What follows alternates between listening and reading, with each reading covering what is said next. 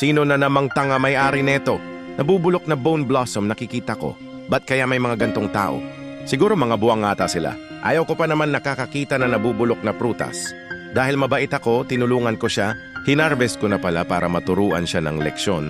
At tangin na nagulat ako, nasa likod ko pala yung may-ari. At nakikipag-trade pa si tanga. Sa sobrang bobo niya, di niya alam wala na bone blossom niya.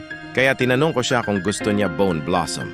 At tinanggihan niya ang blessings at pinakita ko sa kanya kung ano sana ibibigay ko. Sobrang laki sana ibibigay ko na galing sa nakaw. At sabi niya kung gumagamit daw ako ng raccoon method, ba't ako gagamit ng raccoon kung kaya ko naman kunin? At bigla dumating si Jandel at nakikipag-trade pala si Kupal. At dito pinuntahan ko siya para ibigay yung bone blossom niya.